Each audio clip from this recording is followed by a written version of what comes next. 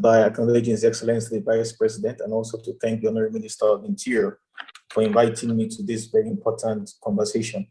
I want to start by saying that as we all know, the definition of development differs across different countries.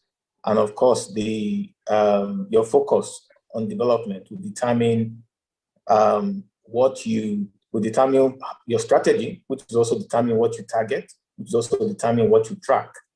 But I believe that despite the different definition of development across the world, I think most people agree that it includes some form of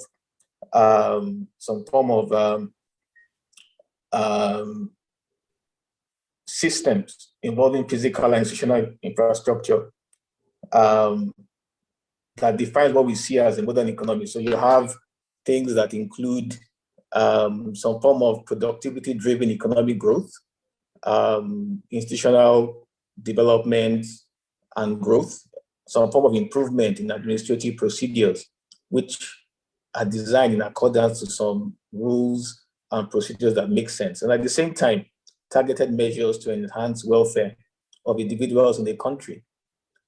The issues of equality, of social protection, poverty, and so on, which is what His Excellency the Vice President was talking about, and which we are currently doing at the federal level and was done in Osun State. Now, all this, as we know, require a huge amount of capital. And of course, while those some would require a lot more capital than others, for example, the need for significant physical infrastructure just will cost a lot more money than and require a bigger push than other items like the reforms required for administrative procedures, institutional arrangements, and so on. But the big question there is, which do you do first? In a system where you do not have enough capital to do everything in terms of development, what do you do first? Or even if you're going to do both, what do you put more focus on because of those capital requirements? I believe that for a country like Nigeria, and that's my opinion, it's probably easier to focus more on the development issues involving things like social protection, poverty, and so on, administrative procedures, institutional arrangements, as opposed to physical infrastructure. Now, I'm not saying that physical infrastructure should be ignored. I'm just saying in terms of where you put your focus. That's because of the huge capital requirement and the huge infrastructure gap, for example, that you have in Nigeria. Otherwise, you have a situation where you run the risk of entering a debt or a trap.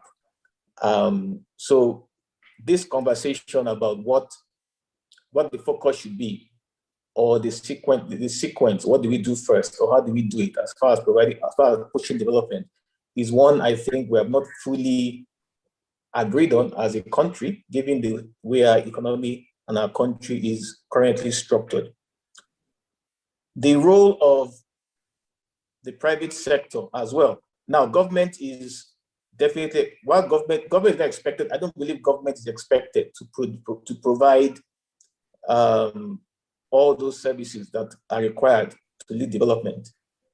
A country like Nigeria can't even afford it. We don't have enough revenue. We don't collect, rather. We do generate enough revenues, but we don't collect enough revenues to be able to pay for all the development outcomes. So obviously, the private sector has a role to play, and this is where the government's role in ensuring that the environment is created to allow the private sector to play its role becomes extremely important. An environment that requires a coherent array of consistent, predictable, legitimate institutional arrangements that make the system work. I think that is where, in addition to providing some of the social protection issues, where government, the public sector's role should also lie. Getting this complex array of factors working simultaneously between the government and private sector, I think it's where that's where the key is. Now, you need your sustainable, consistent economic growth, because that's where the revenues are going to be generated to pay for this, to get the capital to pay for all these things. And the reason why you track your economic growth is that as your economy grows, there's more money in the hands of businesses and individuals, and they're supposed to pay their taxes. And of course, when you say an economy has grown, it means that they are producing more, they are spending more, in the economy that they did previously, and governments are supposed to collect more money from that process, and that's the whole process of pushing economic growth. Now, economic growth, like I said, is where your capital comes from. But like I said, it's also where you're going to expand the economy in terms of jobs, reduce poverty as well, and things of that nature. The issues of keeping faith with reforms is also very key for development. Unlike economic growth, I think development is not instantaneous. So you have a situation where for you to see the benefits of development, it takes a lot more time. So keeping faith with reforms, ensuring that you are consistent in your approach and your direction, and again, measuring that progress is extremely important. This is where the importance of data in measuring development in the outcomes matter. I've always said that most of the problems and challenges we face as a country cannot be solved without first looking at the data. It is data that will tell you which state has more of an unemployment problem, which state needs more social protection than the other. You cannot solve almost any problem in the country without looking at data. The data basically tells you exactly what the problems are, what the causes of the problems are, and it's the data that will help you to design those policies, projects, and programs to tackle that problem rather, that's identified by the data.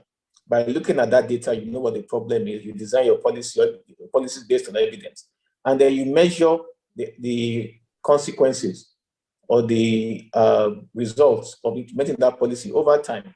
So that if you have a situation where the policy is not working, you can tweak it on time. And I think because there's a direct relationship between countries that take their data seriously and how well they develop, how quickly and how well they have developed their economy. When you look at the current situation in Nigeria, picking just a few development indicators, gross domestic product per capita, inflation, unemployment, poverty, infant mortality rate, foreign direct investment, and compared to other countries, it shows us the state where we are as far as development is concerned. And it is from looking at this data that you can start to build and that you can start to ensure that you get to the next step. You set targets and you get to the next steps. And then and it's from that data as well that you are able to better evaluate the success or failure of whatever policy or program, development policy, program, or project that you have introduced. Without doing that, you find a situation where you have introduced a development strategy, and after 10 years, 15 years, you find that you just waste a lot of capital, you waste a lot of energy, a lot of time, and it wasn't working. This is why, like I said, I believe that the first stage in any development strategy is first to look at the data. What is the data saying? And then you develop your policies and plans in line with what the data is saying. And then you measure that progress by looking at the data. I think I've gone beyond my 10 minutes, so I'll just stop here. Thank you, Wilson.